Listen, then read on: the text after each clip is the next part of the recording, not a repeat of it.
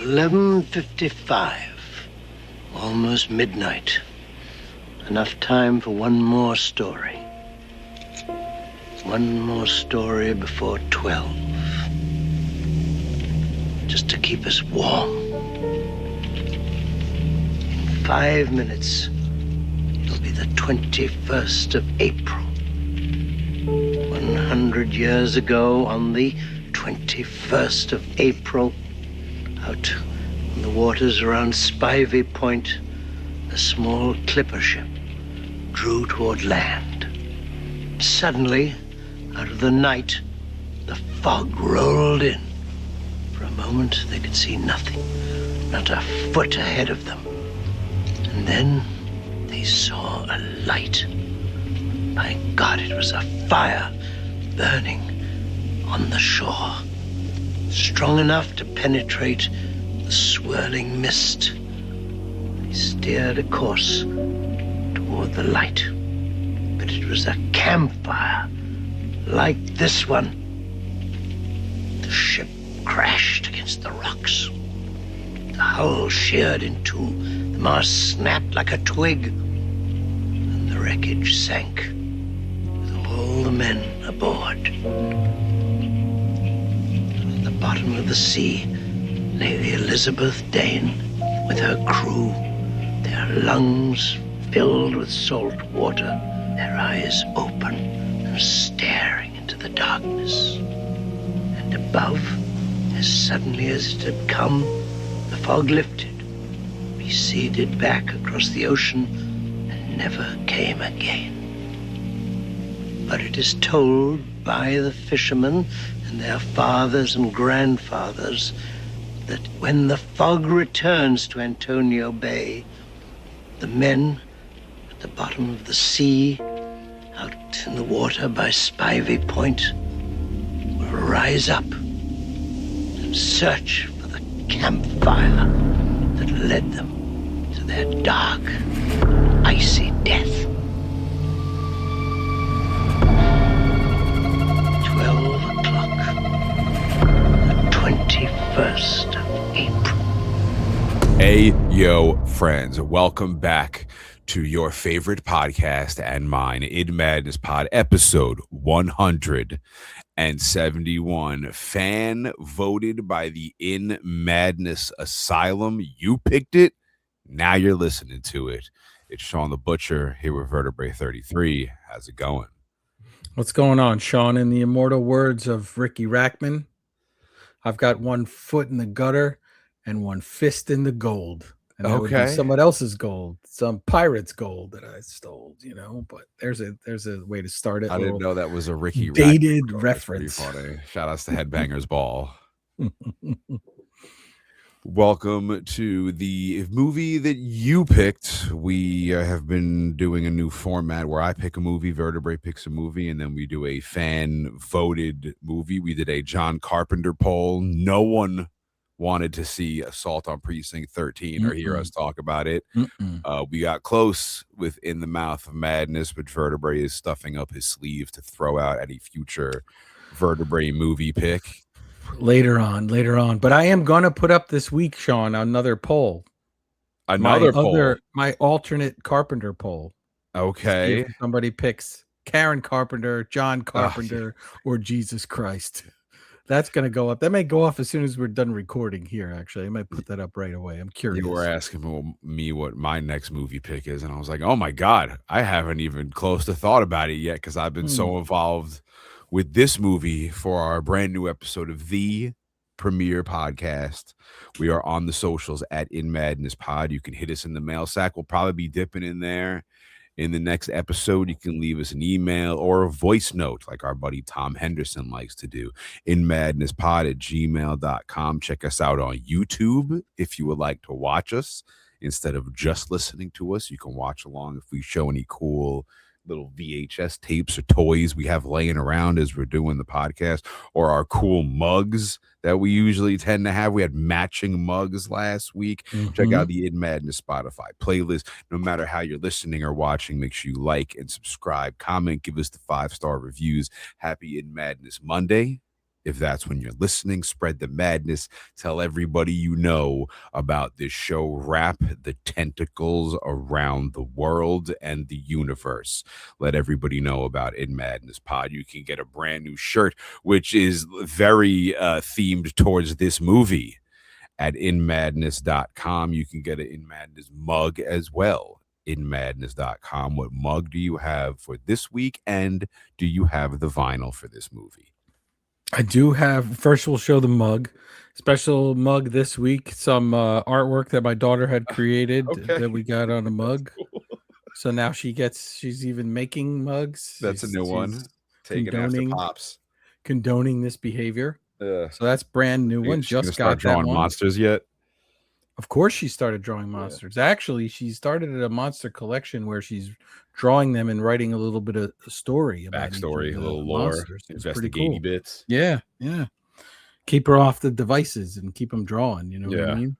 Yeah. But I do have the vinyl from Waxworks. Look at that! Wow, it's beautiful. And if you're on YouTube, you can see it. We could post it. Let's see. I can open it up. Oh, bam. Wow, that is sick. Do you know who did that artwork? Not off the top of my head. I am ill prepared for this podcast. No, that is sick. There is some sick artwork in that vinyl. If we remember to, we will post it on our socials at In Madness Pod. Would you like to tell them what they voted for, the movie we're going to be covering? Shawn, they voted for The Fog from 1980. Yeah, not to be confused with the remake from 2005, I think. I did not ever see it, although I believe Carpenter and Deborah Hill did produce it. But I did not see it. I heard it was abysmal, but I don't know. So The Fog, 1980, by John Carpenter, directed and scored by John Carpenter, co-wrote it with Deborah Hill. Stars Adrienne Barbeau, Jamie Lee Curtis, Tom Atkins, Janet Leigh, and Hal Holbrook. Cinematography by the incredible Dean Cundey. We've talked about Dean Cundey multiple times already. Halloween, Halloween 2, Halloween 3, The Thing, Back to the Future films, Apollo 13, more and more and more. Really, really good. So the backstory on this, Shawn, is apparently Carpenter had a verbal agreement with our buddy Irwin Yablans, you know that name from producing from the Halloween films, to make The Fog with his company, Compass International. Instead, Carpenter signs this 2-picture deal with Avco Embassy, and he does The Fog and Escape from New York, which we've covered on this podcast. And Yablans sues him over it. Oh, wow. And in the settlement, Carpenter can make The Fog, but he has to agree to write and produce Halloween 2. What an insane settlement. Like, why would you want somebody under a settlement to be creative? That kind of explains some of the Halloween 2-ness that they had going on when they made Great movie. Yeah, I think he won from that, actually. Yeah, you think he won? Yeah. But this movie, there is a historical basis for this, Shawn. So in the plot in the film, and we'll get into it, but in the 1800s, there were real incidents where residents would intentionally light deceptive bonfires on the beach to lure passing ships to the rocky shallows and steal their cargo. So kind of based off of that. Carpenter in the making of mentions Lovecraft a lot, which is we're going to have John Carpenter on to talk about Lovecraft. He's coming. Shawn? I'm talking to his assistant. They assured me they wrote a note somewhere. Oh man, I got the assistant to the regional manager. They left him a post-it on one of his laptops. Novelization, Shawn. You know I love a novelization by Dennis Etchison, who wrote a bunch of other novelizations.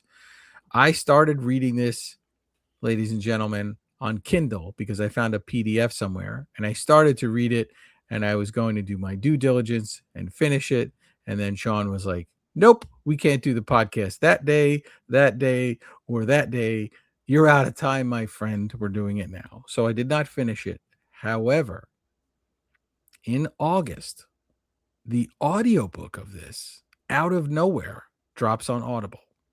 New recording. of The Fog, and there's a couple other movies coming out too, novelizations. So I will probably get that and listen to it, and we can reconvene. We'll revisit about it in about But a there month are a and few things that pop up in the novelization from what I've read, and I can kind of bring them up. It's a very easy read, especially if you know the movie already.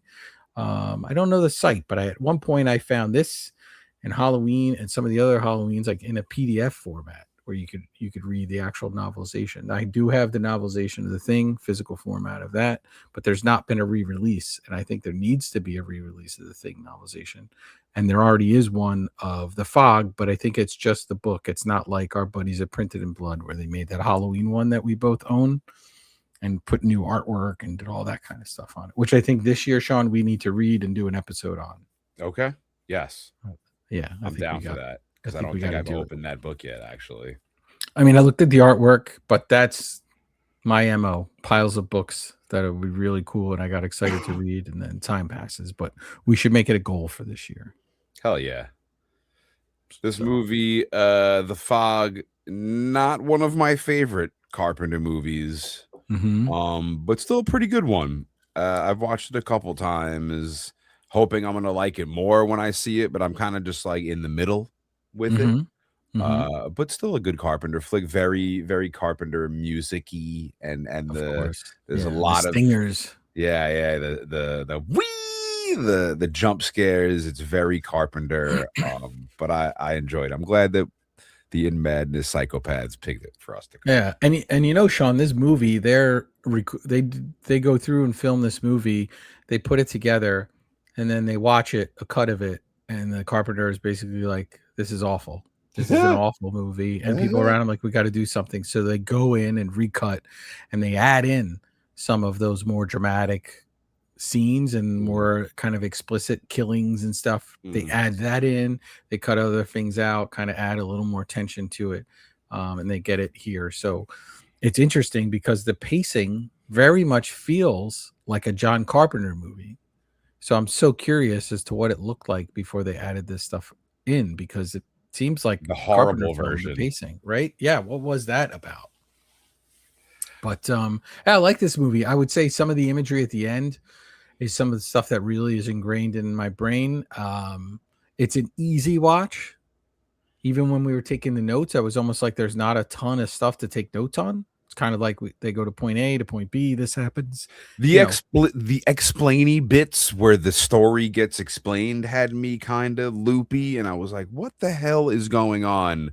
But as the movie progressed, I understood what was happening. But they do give a lot of information in short bursts, and it did confuse me a little bit because I don't follow stories well. But I did, and I dig this one, and I think it's a cool little twist, and it's a different take on like a haunted slasher. Yeah, absolutely. And I think they added a lot of the slasher bits to it after in the post terrible cut. Yeah. Are you ready to start episode 171, voted for by the In Madness Psychopaths, The Fog, John Carpenter? Shawn, do you have it? Can you open this with the speech? Oh, so I mean, I have well, not this. I have the Edgar Allan Poe quote. You do Poe, I'll do the speech. Sure. It says, "Is all that we see or seem but a dream within a dream?" Nice.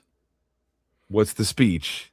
His speech. So we right away, what do we get, Shawn? The sailor dude telling the kids a story, and it's 11:55 p.m. Yeah. So let's back up for a second. So first of all, this guy's name is Machen, which is clearly from Arthur Machen, which is he's a famous writer, and if you want to look him up, he's one of the dudes that influenced Lovecraft. So you've got that right there. And then he gives a speech. Shawn, these kids are allowed to be on the beach with some strange old man at 11:55 at night. Telling ghost stories, cooking s'mores. And what is he? So I don't have the full thing, but he says it's about to be April 21st. And 100 years ago, around Spivey Point, the fog rolled in. Fire burning on the shore. Ship crashes into the rocks and sinks. Men go overboard to the bottom of the sea. The fog lifts and vanishes. Yeah, he starts it out 11:55, almost midnight. Enough time for one more story. One more story before 12, just to keep us warm. And then he goes on and on. But I don't have to do the whole thing. My John Houseman. So do you remember the commercials John Houseman is in? This guy's this amazing, classically trained actor. He's been all over the place, right? And what do people in my generation remember him for? E.F. Hutton commercials that were on TV. When E.F. Hutton speaks, everyone listens. And that was John Houseman. That's what everybody remembers this dude for. But I remember him the most for this, the 21st of April. And the kids are just sucked into this 100 years ago on the 21st of April. And like he's telling the story at the time that the clock is going to turn, right? Insane. Who lets their kids hang out with this dude, right?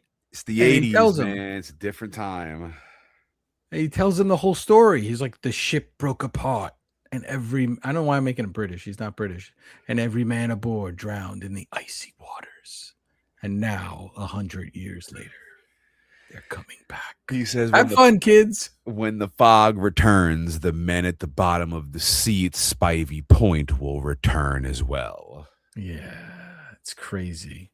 11:55. That's like, I don't know how many times I've done that at 11:55.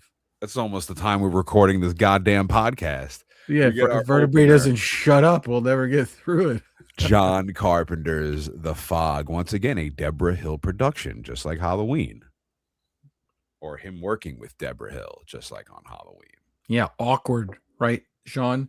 Because he's working with his ex-girlfriend in Deborah Hill and his current wife in Adrienne Barbeau. Look at him go. So talk about awkward days on the set. Go, John, go. We got our radio host. This is Adrienne Barbeau, John's current girlfriend. Well, at the time of this movie. Stevie Wayne broadcasting at what's called the top of the world, the coolest studio in the history of mankind. Yeah, Point Reyes Lighthouse is where they filmed that. Very, very cool. Shawn, you're on the radio. Do you pull on that sultry voice when you're on the radio as well? I probably do have radio voice. The key to radio is to not have radio voice, but I think I definitely ham it up just a smidgen. I try to keep it as natural as possible. She puts on this like she does. Sexy, she puts on like that 3 a.m. 1-800 steamy voice. Yeah. See, can you do a whole episode like that? That would be fun. We might get more listeners, right? It would bring in a whole new demographic. I grew up in that era. I grew up. Yeah. Calling 1-900 steamy. Oh God, this is where Shawn's money went. Yeah, I was buying comic books and Shawn was calling 1-900 steamy. Don't dial that, folks. We don't know where that goes. It's funny because they pick this format of these like generic jazz recordings, except for the first song, which is the Coupe de Villes, which is John Carpenter's band. Because they were the easiest thing to get rights to. They would have cost a lot of money to have her playing actual rock songs. But I think, man, if they could have spent a few extra bucks on this and she was cut into some like Blue Oyster Cult or something when we were getting this weirdness in the movie, I think that would have even taken it to like another level. And then have the soundtrack be like her record spins, and then that could be the vinyl too, like Stevie's Lighthouse mix. It's like Reservoir Dogs, right? Like they would be that kind of thing where they do K Billy sounds of the 70s. KBAB or KAB is this one, I think. Yeah. So then we get a cameo from Carpenter himself. Yes. Who plays Bennett, who's tidying up the church. And Shawn, from the novelization, Bennett, full name for this character, Bennett Tramer. Ben Tramer. Well, it does get more interesting as we go. Yeah. Carpenter's working for Priest Malone, who's enjoying himself a drink and listening to the radio. Everybody in this town listens to Stevie on the radio at all times. That's your dream, Shawn. You need to move to some little town. I want 100% of the audience. It's like that episode where Sideshow Bob hijacked television and he had all of the viewership on his one channel. It was you move to this town and just everybody is just hanging on your every word. On my every word, yeah. Oh, that's amazing. But yeah, he doesn't metal pay shows out there. I'll party out there. Yeah, why? There's got to be. There's metalheads at the Point Reyes Lighthouse for sure. But he doesn't pay this dude. He doesn't pay Ben Tramer. Yeah, no, I mean, he's working at the church where this is, this is. But he says I can't pay him now. Oh, he does. He wants payment. He does. He asks for payment. So like he can't pay him now. So like Ben Tramer in some weird alternate universe doesn't get paid and then gets hit by a car and lit on fire. This poor guy. Wah. There's this large chunk of this church, this big ass brick, this huge piece of this church falls onto the priest's desk. There's something hidden in the wall. It's a book. It's a journal of his grandfather, Patrick Malone, 1880. Yeah, that's like our second jump scare in this movie. We get this jump scare here of like all of a sudden the piece of rock falls. I think in the book where I got up to, I read that part. I think it's more like cavernous, like it opens up a little wider and more stuff kind of falls. I think this works better to just have like the kind of the rock. They've been waiting. These, we're not going to give it away if you've never seen The Fog in 1980. Well, Shawn will get you there in a second, but like they're very polite and punctual. Like, why would they care that it's 100 years? Oh yeah. Well, the pirate years. mummies guys. Yeah. Well, Shawn just gave it away. Yeah, pirate mummies. But why would they care it's 100 years? What does it matter? You just need a nice even number. We can't do it on the 39th anniversary. They were like, we just have to ruin this celebration. They could have did it at 50 years. I mean, maybe they got to sleep longer because they're mummy pirates. Yeah, we got to get into this novelization, maybe to explain the significance of 100 years, and or it has come back another time, but we just didn't hear about that. But inside the journal, April 30th, midnight till 1 belongs to the dead. Good Lord, deliver us. Radio host says it's the 100th anniversary of this place where they're living at. The weatherman is predicting rain, but where Stevie is, the skies are clear. Yeah, Antonio Bay. Mr. Brackett. That's Mr. Brackett, the weatherman. Mm-hmm. Outside the business is all these payphones begin ringing off the hook, but then it stops. And inside the store, we get this kid cleaning, and he's also sampling some of the goods in the store like I used to do at Stop and Shop. That's what I wanted to ask you, Shawn. You're at Stop and Shop. Yeah. Are you drinking out of containers? No. Not like that. Allegedly. Nasty. Some kids I used to know used to get the ice cream out of the back and then bring the ice cream through the back, and then we'd get the pizza rolls, or my friend would get the pizza rolls and they would cook them in the oven and we'd eat. I don't care about that, but would you eat part of it and put it out for sale? No. Okay, that part I'm bothered with. If you're gonna do that, just have it. It just goes in the stash. Yeah, put it in the stash. It's no big deal. But you shouldn't be like drinking the OJ and closing the carton and putting it back on the shelf. Yeah, I'd like to think that one of the pirates took that kid out. Glass breaks, the whole place shakes, lots of creepy ass noises. It's past midnight. A gas pump falls. Gas is all over the floor. Car is hoisting in the air. All the cars, lights are going on. The horns are honking. All this shit's going down, and we see Annie from Halloween, who plays Sandy. Mm-hmm. Her TV's acting all strange, and things in the house are moving on their own. Yeah, it's crazy. We got our DJ Stevie on KAB, Antonio Bay, California. She's playing music all throughout the witching hour. Yeah, I don't get this shift that she's on. She's got a weird shift. It is very strange. Is she just working 24 hours a day? Like, is she... Who's playing the music when she's not there? Well, here, yeah, nobody. Well, we know because later in the movie, it's just a loop. KB, like, but theoretically, that loop should take place from like 1 o'clock in the morning till like 6 a.m. because John, you would know this better than me, but like morning drive radio, You got to get, big, yes. Shift big deal. starts 6 a.m. Right? Yeah. 6 a.m. Got to be on the radio, got to get connected. I mean, maybe these people are all not up that early, hang because they're all in the same town. I don't know how far the reach the radio is, but I never could figure, as many times I watched this, I could never figure, when is she off? When is she off? I don't know. She wakes up in bed looking like a supermodel, so yeah. I'm sure she's off at some point. We got our main dude from Halloween 3 who was having hot sex with all the ladies, Tom Atkins. In this movie, his name is Nick Castle. Mm-hmm. Nick Castle was also the original Michael Myers in Halloween. Right, and he went on to be a director and a writer and all this other stuff. He picks up a hitchhiker. A hitchhiker is Jamie Lee Curtis, who's Liz. I wonder if they're gonna bang. She's asking if he's weird. He says he is, and she's thrilled. And then he says something about being weird and lucky, and she says, we'll see. So awkward. And then right away, she's drinking out of his beer. This Tom Atkins, Shawn. Everyone loves this guy. Must have a huge dong. But then all the windows in the car explode. The radio is still on because our radio host Stevie is talking all sexy, broadcasting from the lighthouse on top of Spivey Point. How incredible. It's April 21st after midnight. She gets a call from the weatherman, Officer Brackett from Halloween. He is also flirting with her very heavily. Tells her the fog is rolling in. Uh-oh.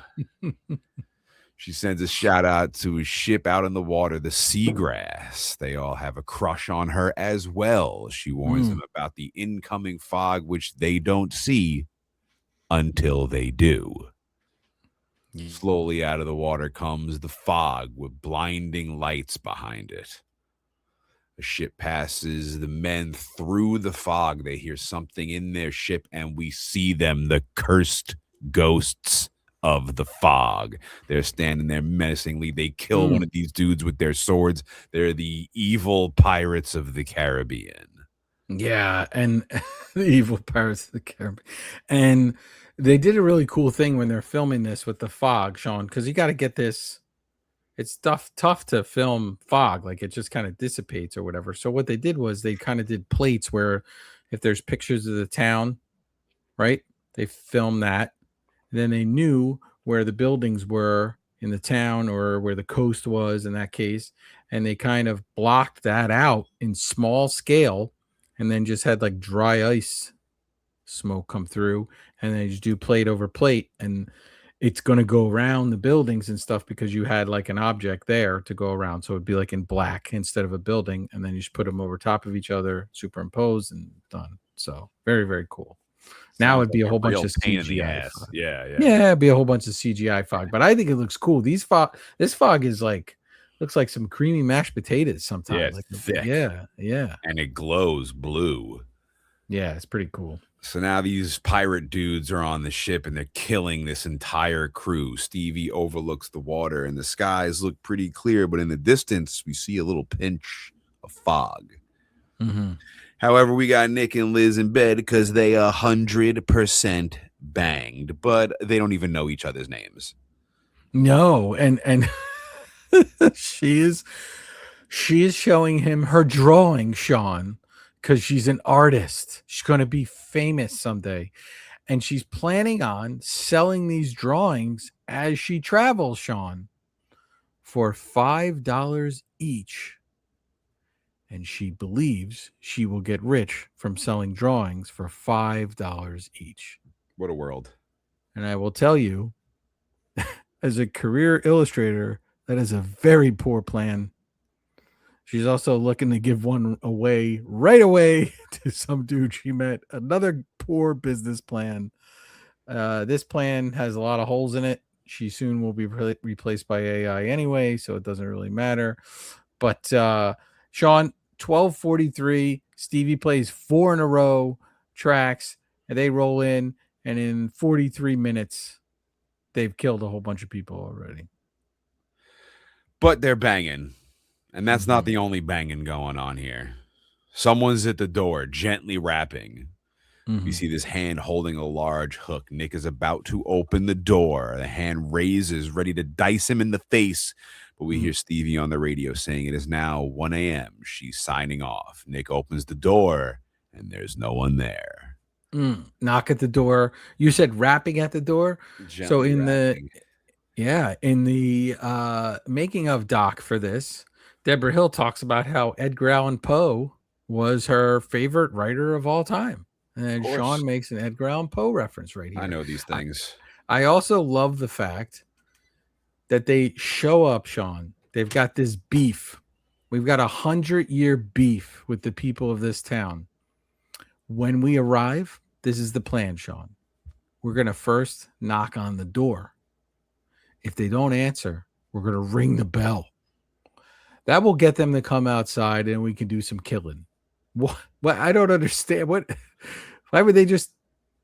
They don't care if they get caught. Why don't they just break through the glass? They get to a point where they do break the door, but only if they don't. Only if they don't answer from the knocking, then they break the door down. Yeah, they have this like door-to-door salesman mentality. They got the Avon. They're the Edward Scissorhands Avon ladies. We're just gonna patiently. We've got beef. We're all dead and cursed because of these obnoxiously evil people in this town who stole our money and crashed our boat, and we died. So, but first, Shawn, we're gonna knock. It's a polite thing to do. And then the ring. Yeah. Next morning, we got the kid on the beach. He sees something shining. He runs up and sees gold. Before he grabs it, a wave hits it and turns into a sign that says Dane. The kid grabs the sign and runs off. And we get what sounds very much like Carpenter, like a Halloween score. Ding, ding, ding, ding, ding, ding, ding, yeah. ding. Yeah. Yeah, it's very cool. This is Stevie, the radio host kid. He's telling her about the gold coin that turned into this piece of wood. She wakes up looking like a damn supermodel, and the kid's asking for a stomach pounder and a Coke. Yeah. Talking about like a cheeseburger and a Coke. So Carpenter has suggested it's just a made up phrase. That means like a fictional kid's treat. Other people have said it's a cheeseburger. His only response was that they just made it up. What a weird. It doesn't even, to me, it sounds like alcohol, right? It sounds like you're going to get something to eat with like a rum. I don't know why. It has a very adult feel. I don't know if you'd want to call something you gave a kid a stomach pounder. I think in the 80s, they would have definitely had something called the stomach pounder. That's like a gigantic chunk of a sandwich. That's what I immediately thought it would be. It would have taken out Mikey from the Life cereal commercials. He would have been taken out by the stomach pounder instead of the Pop Rocks and the soda. Yeah. Yeah.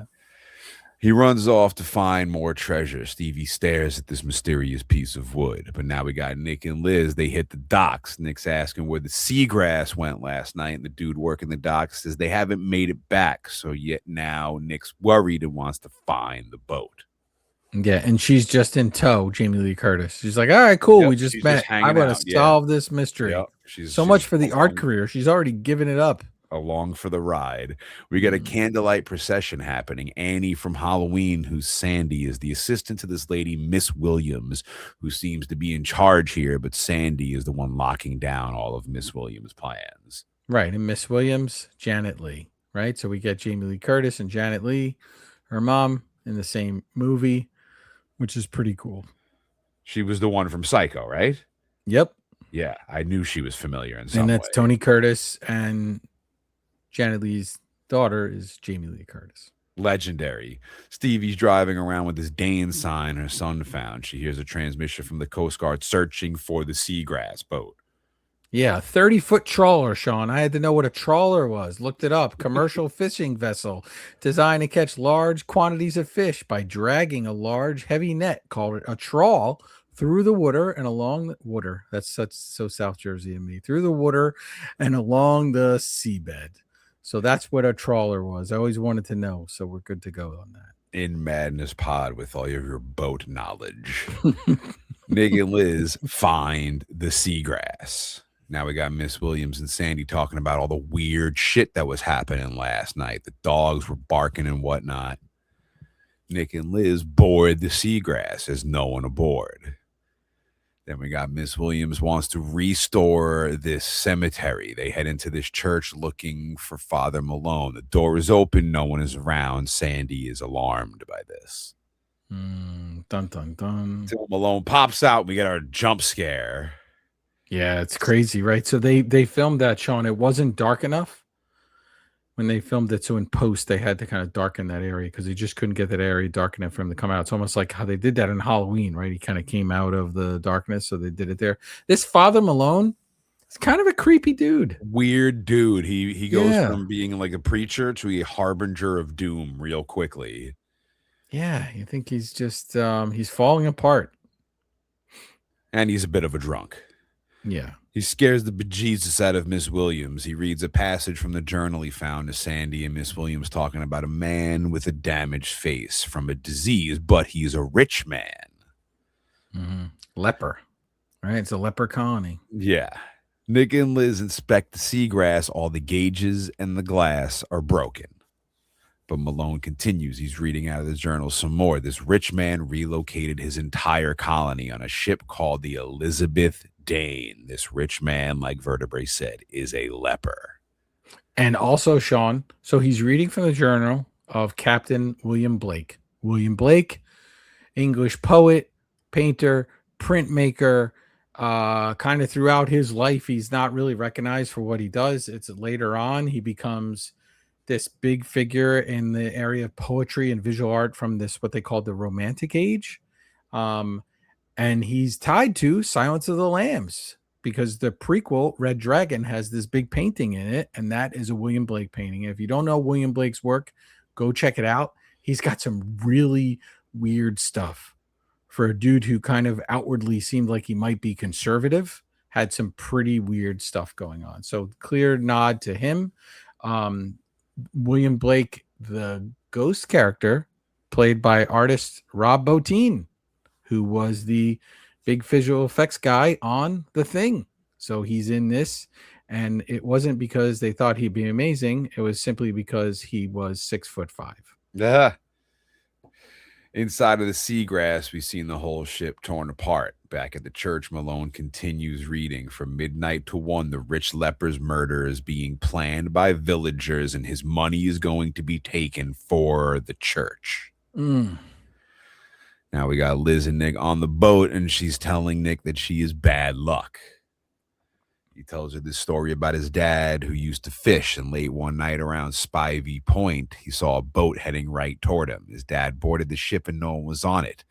There was food, but no one around. His dad found a piece of gold and brought it home to give to young Nick, but the coin was gone when he got there. It's not Spivey Point, Shawn. It's Spivey Point. Spivey Point. Oh, wow. That was very piratey. I like that. But then a body falls onto Liz, who screams bloody murder. And it's cool. Like the body's like got sucked out eyeballs and they're like weird reptilian looking. It's pretty gnarly. Father Malone is reading from the book about how a fog rolled in and destroyed the rich leper's boat and crashed it by Spivey Point. But apparently the writer of this journal, Malone's granddad, also sabotaged this boat. This journal is written by his grandfather. Malone tells Mrs. Williams and Sandy their celebration tonight is a travesty, that they're honoring murderers. So this candlelight vigil thing that Williams and Sandy are putting together is for the 100th anniversary of this spot, but it's being celebrated because all of the money was stolen from this leper colony, from this boat that they crashed. This is where things got really confusing for me. And I was like, what the fuck is going on? Yeah, also like a candlelight vigil for the people who died on the boat. Is it supposed to be a happy celebration? I only know candlelight vigils as being something sad. Yeah. Yes. Yeah. Also, Shawn, do you think this vigil, they just stand around? Do you think they walk? They're just standing around with candles talking to each other? Oh, I hope there's it's a processional. Yeah, I'll have to tell you, this will probably anger Tom Henderson because he was pretty upset about my dislike of CDs. There's another thing I really dislike, Shawn. Parades. Candlelight visual. Oh. Parades. What's the point of the parade? We don't need stand in the heat. You get to see people walk by for a second. For like 1 second. We're good. Enough of the parades. Vertebrae. What about the Disney parades? What about the Thanksgiving parade and the Bart Simpson float? It's overrated. We're gonna bring Vertebrae to a parade. Stevie pulls up at her amazing radio station on the edge of a cliff overlooking the ocean side inside of a lighthouse, but she's got to go down like 1,000 steps to get to this place. But she gets in and has to walk up this spiral staircase just like in the movie The Lighthouse. Yeah, very cool, very beautiful. She brings the board with her. Why the heck did she bring the board? I don't know.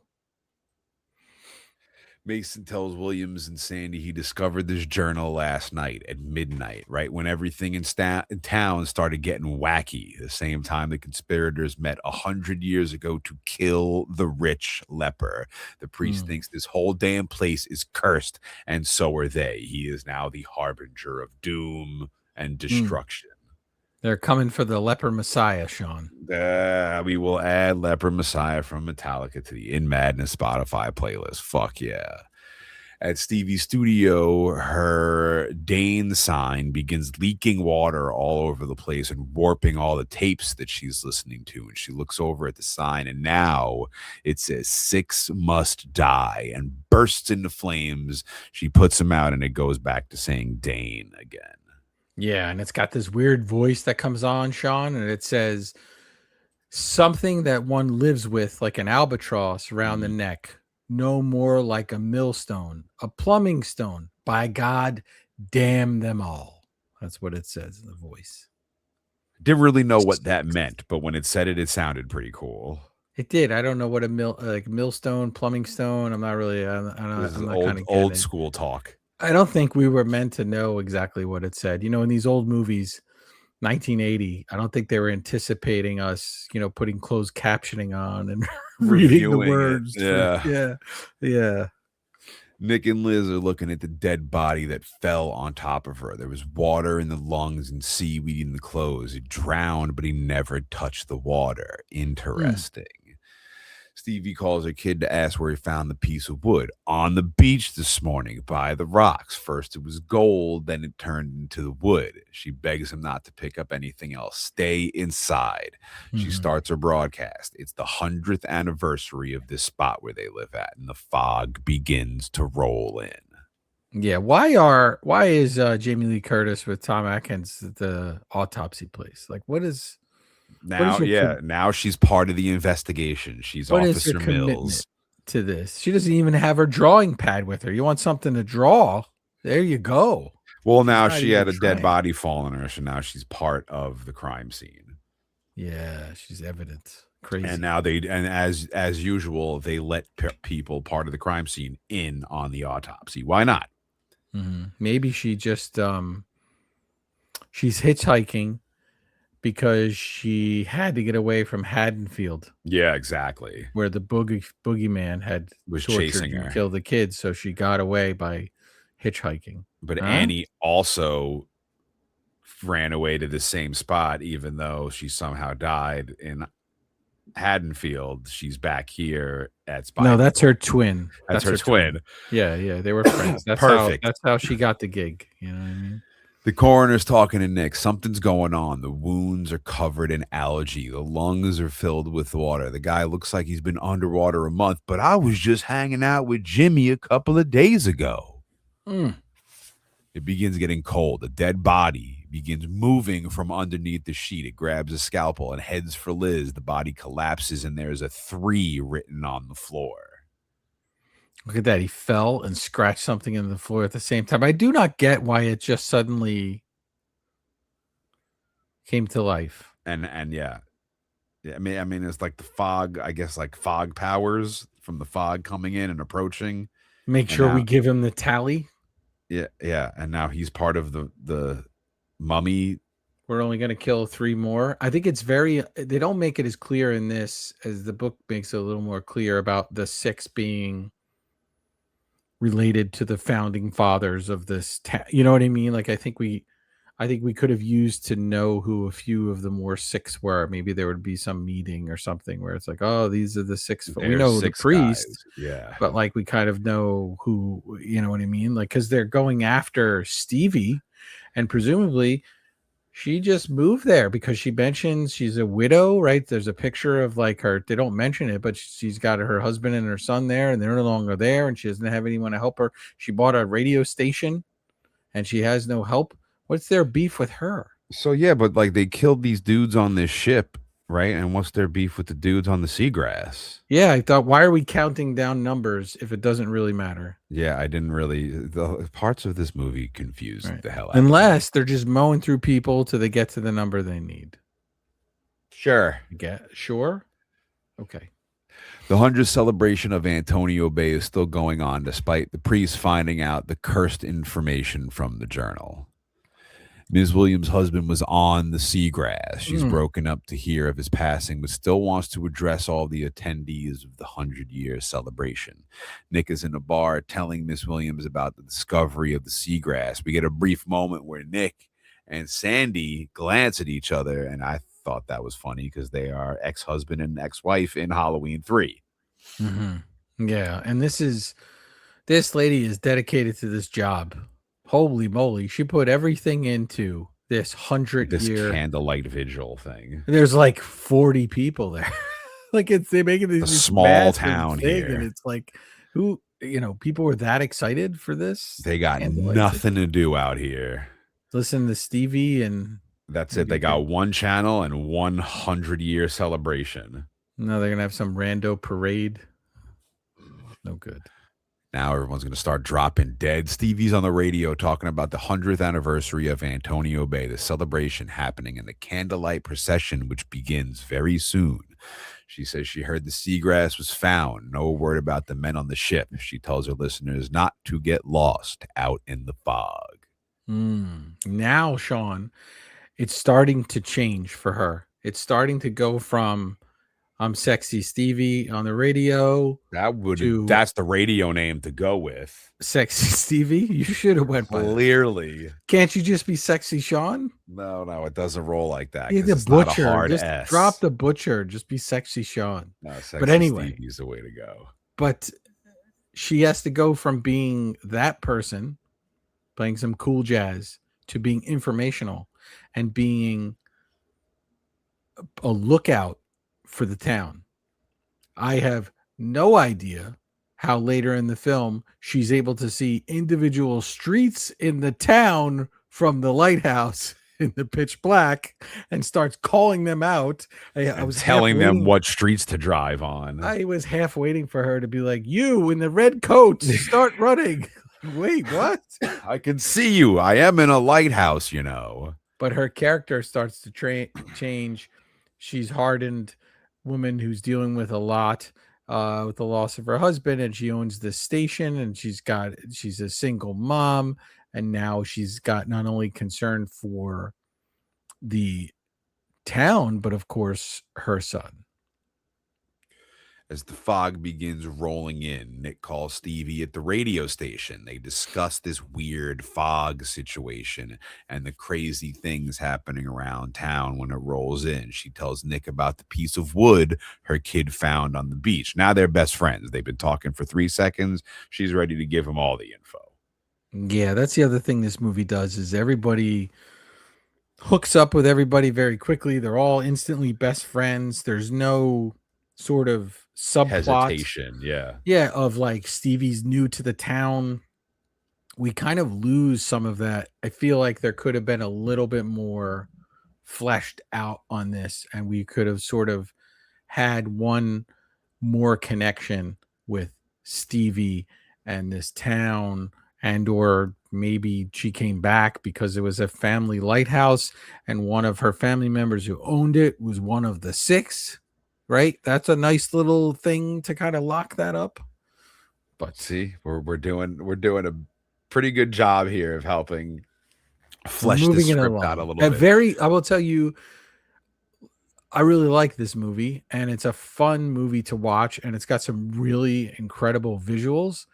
but it's got some weirdness as far as trying to follow along and I have to be honest, Shawn, right? If it doesn't make logical sense, and in this way, there are some plot holes in here that are difficult to kind of navigate. But I don't think you're meant to. I think you're meant to just watch it, get freaked out, and move on. See a scary movie and move on. The weatherman has a crush on DJ Stevie, so he is now driving to work on his day off to report the weather to her. Yeah, Dan, the weatherman, has got a crush. They talk frequently, but they're between bits of songs because she's got to spin the next record, In between breaks, heavy fog begins rolling in. Nick and Liz head to Spivey Point. And it's at this point, Shawn, that my second disc in my Scream Factory Steelbook version of The Fog craps out. So I'm watching this on 4K. And it gets all pixely and weird, and the sound drops out. And apparently Scream Factory has a little history with this, which I didn't realize till after I purchased. Switched to the Blu-ray. It eventually happens on the Blu-ray as well at a different point in the movie, and then I had to switch to like Pluto or something to finish watching. Yeah, that's how I watched this. So kind of a bummer. Oh man, you get these 4Ks and they don't even play. Yeah, felt like it was haunted, But that's messed up. Weatherman calls Stevie about the incoming fog. She's alarmed. The fog glows. She's expressing her concerns to the weatherman. He thinks that she's on drugs. Until the lights go out, the temperature drops, a thick fog rolls in outside his front door, and he decides to go investigate. Yeah, why? Dumbass. Something is pounding on the door. He answers and thinks it's all a joke till we get the classic Carpenter jump scare noise. A hand pops out of the fog. Weather dude catches a hook to the neck, and that's that. Stevie is still on the phone listening to him get murked out. Crazy. Ms. Williams is at the anniversary celebration paying tribute to the men and women who made this town what it is, an absolute farce. Stevie sends out an emergency broadcast message to the sheriff to get in contact with her immediately, like it's her own personal cell phone. And sure enough, because no one's listening to anything else, he hears her asking to call. So he calls, but then the line seems to get sabotaged by the ghost mummies because it starts sparking and they lose connection. Oh, nice. Said ghost mummies. Look at this shirt I got on for this episode. You got the ghost, and it's got Papa Emeritus, who kind of looks like a ghost mummy. Yeah, it's the Vertebrae33 New York Comic Con last year exclusive. Huh? Ghost. Sold out. Can't get one, but if you get it, he's wearing it. Get it. Boom. The town's electrical supply goes out. The glowing fog rolls in like a tsunami. Stevie starts her generator, but no luck. Now she's worried about her kid. He's stoked about the blackout as the fog approaches her house. He's hanging out with Miss Cobritz. Miss Cobritz. Miss Cobritz. Eventually, she starts the generator and immediately gets on air screaming at her kid and the babysitter to get out of the house. She's begging the audience to save her son. She gives out her address on air. Ballsy move. And then there's a knock at the door. Yeah, knock at the door. Knocking on heaven's door, Shawn. We don't have to. You could add the Guns N' Roses. And I don't think we need to do that either. Boo! Is that really what you want to do? We could do that. Come on, that's a good one. You want to add Civil War instead? I think we already added. No. Let's do knocking on heaven's door. I guess November Rain though. Nick and Liz, of course, because nobody listens to anything else in this town, hear the broadcast of Stevie begging for her son to be saved. Yeah. And they're the team that are going to save everybody. So it's turn the wheel 180 degrees. We're burning out. Crappy pickup truck. And let's go take care of business. Drinking a beer, picking up hitchhikers, banging. Babysitter gets snatched by the fog monsters and killed. Now they're after Stevie's kid, tearing down his door like Jack in The Shining. Now they're no longer knocking. They're putting the hooks through the doors.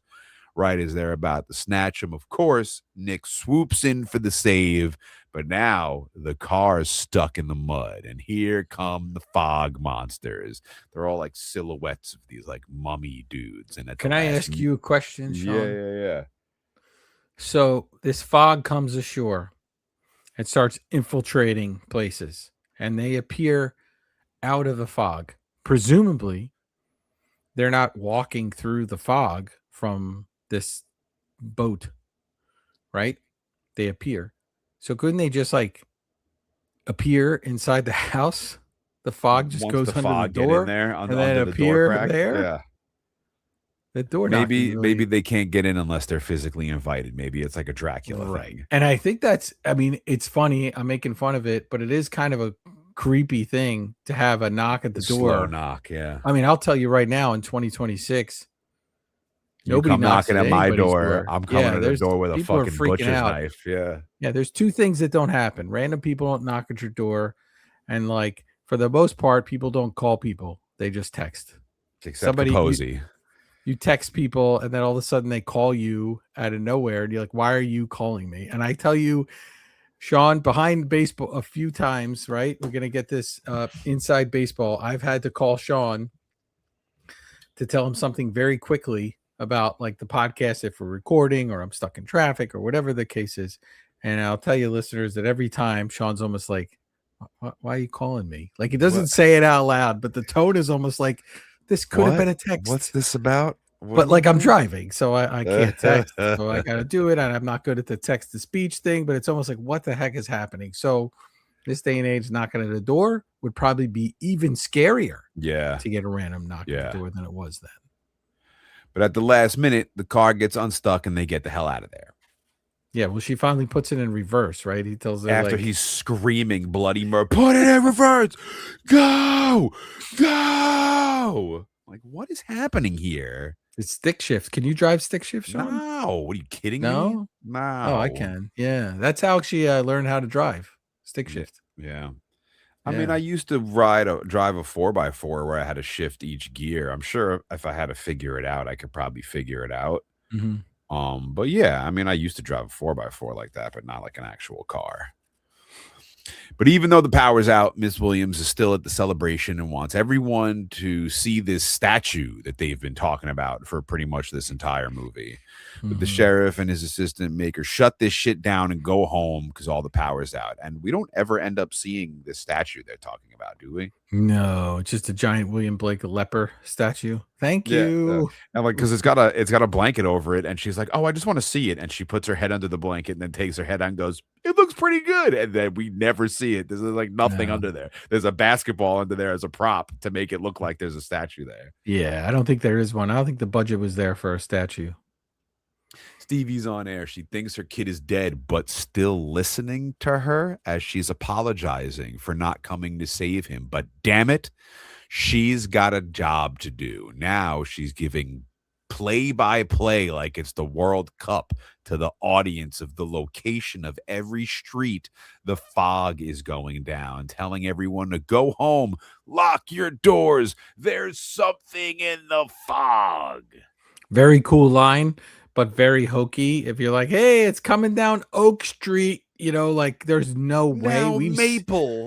We've seen her view from the lighthouse. The lighthouse is, I don't know how close that part of the town is, but the lighthouse is right on the coast. She also had to walk like 9,000 miles down, like she did like 300 and some steps to get there. There's no way she could see anything at night.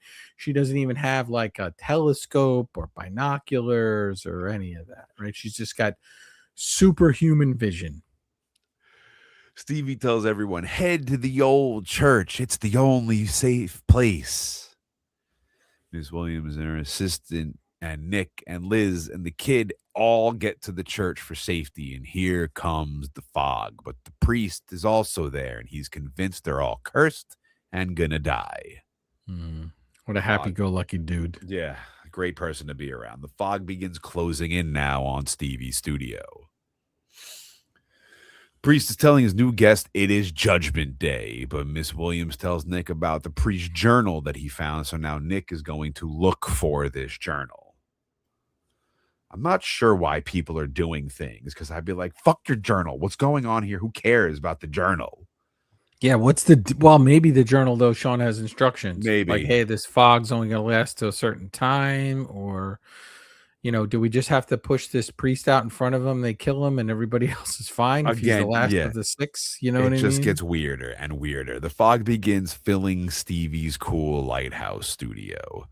Priest dude is telling them the fog is back for the 6 original conspirators. He read more of the journal. It says the fortune is in the walls of the church still. Mm-hmm. Fog monsters begin smashing away at the church windows. Everybody's freaking out. Fog monsters are breaking into Stevie's studio. They want to get their band played on air. The Fog Monster, that's the name of the band, Fog Monsters. Yeah. The crew pull a large golden crucifix out of the wall of the church. Brutal. They stole the money and then they made a cross out of it. Like, and insane. Then stashed it in the walls and didn't even spend it. Yeah, like, I don't.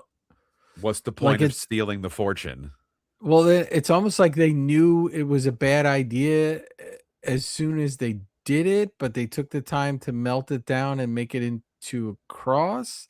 That part, I will tell you, this giant gold cross, and later on, it looks fantastic. It makes for some incredible imagery, but it doesn't make a lot of sense. No. Yeah, I don't know what they needed the gold for, if they were just going to melt it down into a cross and then hide it in a wall. Put it on a Deicide album cover.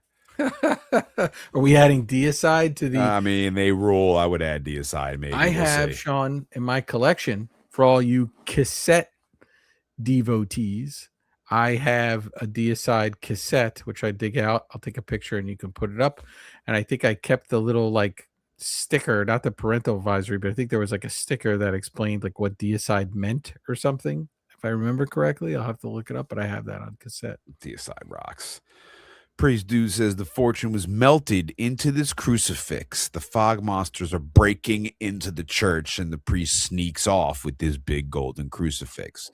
Stevie is now being stalked by the fog monsters at her studio. Yeah, why didn't they melt it into like a bunch of gold swords that they could protect themselves back from with? Yeah. Which finally, my friends, brings me to my milking of the alpacas moment after all this time. Milking of the alpacas moment. Because I was waiting for like that, oh shit. And like, I thought most of this movie was just pretty cool. But when we get this, I'm like, oh shit, this is really cool. We got the priest getting cornered by the fog monsters, and there's their leader, Blake, with the glowing red eyeballs. Priest Malone wants to give him back the gold so they can leave this poor town alone and end the curse. Priest Malone is telling Blake that his grandfather stole his fortune, and now the priest is going to return it. Blake slowly creeps toward the priest. His eyes are glowing red, and he takes out his pirate sword. Father Malone says he is the 6th conspirator. Take the gold and take me. Stevie's now at the top of the lighthouse, avoiding the fog monsters, till she catches, I think, a hook in the neck, which she removes and jams into this other monster dude's face, which begins leaking all these bugs and pus. And now she's got 2 fog monsters on either side chasing her.